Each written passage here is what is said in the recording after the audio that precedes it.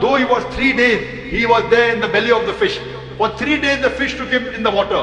He ought to die. Was Jonah yet dead or alive? He was still alive. He was still alive.